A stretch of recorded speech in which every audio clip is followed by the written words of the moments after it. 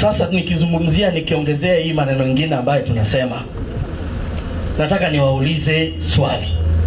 Nikiwaangalia mko watu ambao ni wastaarabu, mnaonekana. Wamama nikiwaambia hata mnismailia hapo mtanismailia, si ndio?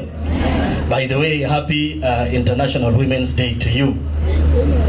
Nikiwaangalia kwanza, huyu ukimwangalia huyu amevaa kofia nzuri, huyu amevaa viatu Timberland. Watu mnaonekana mko sawa sawa, mwenye amevaa white, mwenye ako na red ako na red, si ndio? Angaligeukia jirani yako muulize uko sawa, umwambie uko sawa. Mwambie ako sawa.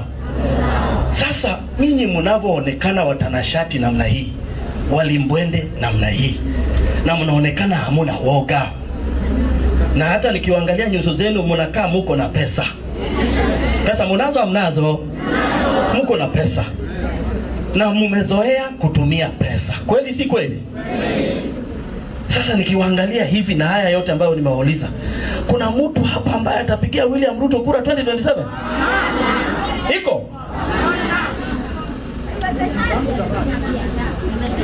Ruto ni ule mfanyakazi ambaye umeleta kwa nyumba yako. Mfanyakazi umeleta kwa nyumba yako. Ni wewe umpange ama yeye akupange? Ukitaka kuangalia mpira kwa TV, anafaa kubishana na wewe akitaka kuweka program zake. Ukisema mlango ifungwe, si mlango inafungwa. Huyu lakini William Ruto amekuja sample nyingine tofauti. Mnamwambia fanye hiki na yeye anaangalia fanya nini? Ni mfanyakazi wetu, si mfanyakazi wetu. Na wakati mfanyakazi wako amekushinda, unafanya namna gani? Unamfukuza au umfukuzi?